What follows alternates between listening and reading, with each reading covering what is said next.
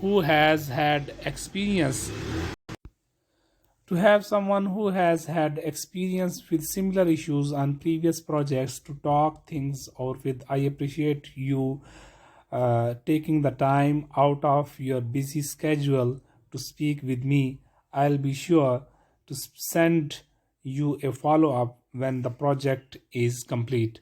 Best regards, Jesse.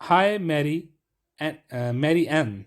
Thanks for offering to coordinate the hospitality committee.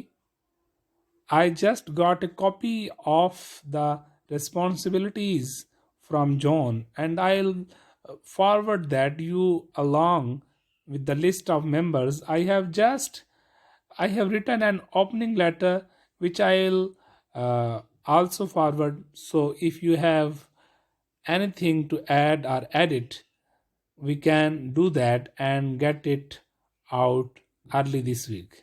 I really appreciate your help. We can talk about how we want to divide things up and coordinate with the chairs about the dates for pumpkin carving and pizza night, Jennifer.